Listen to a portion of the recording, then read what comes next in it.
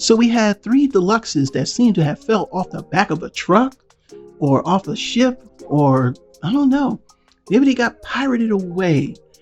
But anyway, and just to piss you people off who love them, yes, I'm going to continue to do what I do because I can, and you can't do nothing about it. Ain't that something? But anyway, we got 3 deluxes. Don't know what wave they are. No packaging, no instructions. But we got 3 deluxes that just showed up. Man, they was chilling in the factory, man. Cass was like, stole them, man. You know what I'm saying? And then he shipped them over somewhere else. And then someone else is like, yo, we got them. So here they are.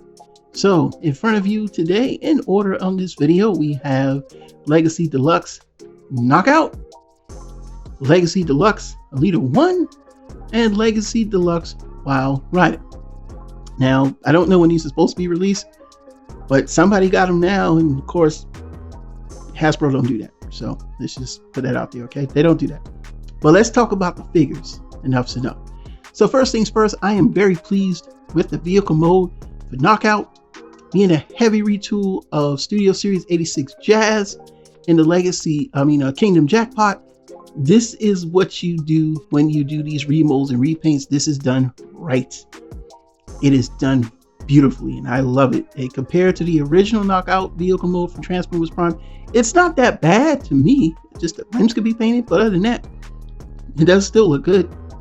Now, robot mode is where you can see the Triton weapon broken into 2. You can also see very elements of Studio Series 86 Jazz, and you're going to see it right here, where a lot is borrowed from Jazz, but at the same time, enough of the molding is different, so he looks like a completely different character, and that is great. And he looks much better than the original Transformers Prime version, in my opinion. I mean, this is what we have, but this is better.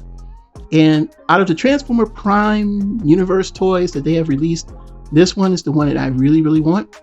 I think it looks good. I'm very pleased. I can't wait to get my hands on this. And yeah, I mean, it's the Jazz. That Studio 86 Jazz mode is a pretty good mode, and this dynamic pose is awesome. Next is ELITA-1. So ELITA-1 hasn't gotten a lot that she's supposed to get. I mean, there have been a few things here and there. Most notably, the Netflix version by far is the one that I like, but it's more or less based on the Netflix cartoon. But this one is going to be more G1, slightly more G1 animation accurate. I don't know if it's going to be accurate, but it's very close. The only other ELITA-1 we've gotten, I think, was in like the BotCon series and things of that nature, which, I think it was like a repaint of Cybertron Thunderclash, the one that turns into like the jet boat. I had a few times to get that, but I'm glad I held out on spending a bunch of money where I can get a figure that's of its own and not of a different, someone else's mold. And this is it. I love it. I love the way it looks. It's so much better than that combiner version from Power to Primes. I mean, it looks great. It's awesome. And of course, you get the pink, the Energon weapons, which are blue. You can still see RC's full head on top there. I mean, ELITA-1's full head on top there, and it's good. And again, compared to the Netflix version, this one is nicer. I just think it's cute. I don't know. I like it. So if you're mad because I said it's cute, go somewhere else. Now, I'm not going to lie. I am a big fan of the Netflix ELITA-1.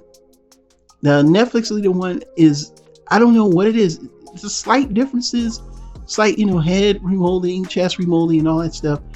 But for some reason, it just looks so much better than the Earthrise RC. And every time I look at it, I'm just very pleased. I just wish it transformed differently. But now that we have one that fully transforms, I'm happier with that.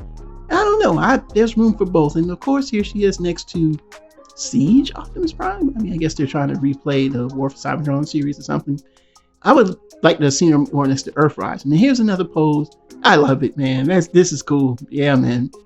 I can't wait to get this one. I can't wait to get this one. This whole entire leak is awesome. And look at those weapons. You know what I'm saying? And I just love it, man. I just love it. I like the backpack. I love it all. You don't like it too bad. I do. So let's just keep it moving. And here's another dynamic pose with her holding the guns. And fantastic. Great job, Hasbro, on this. And then finally, we're going to talk about Wildrider.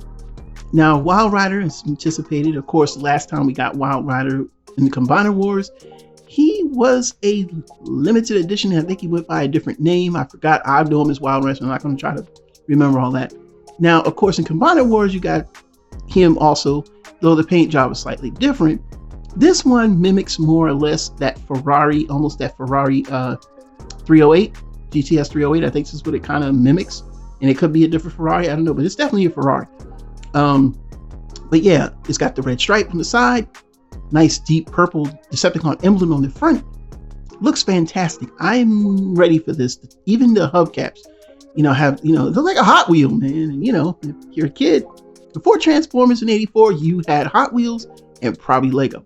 So yeah, this looks really, really good. And we're going to continue because we're going to see it with the guns. Now he has the same guns that come with drag strip, but they're in different colors. I think it's like a light purple, or is that like a silver or something like that? And here he is compared to drag strip, of course, is Buddy. So we're waiting for the other two to show up. And here he is with, this is the Combiner Wars version of Wildrider. And yeah, I will say I like Legacy better. And here he is just in his robot mode, no poses. Some people said it was ugly. Of course, the background that they use at Hasbro is always throwing stuff off. This is how he looks. This is anime accurate. Here he is standing next to Legacy drag strip. And again, you just see the team forming. It's just forming here. And here we have some action poses again, holding their two guns. So they're basically going to give them the guns like they had.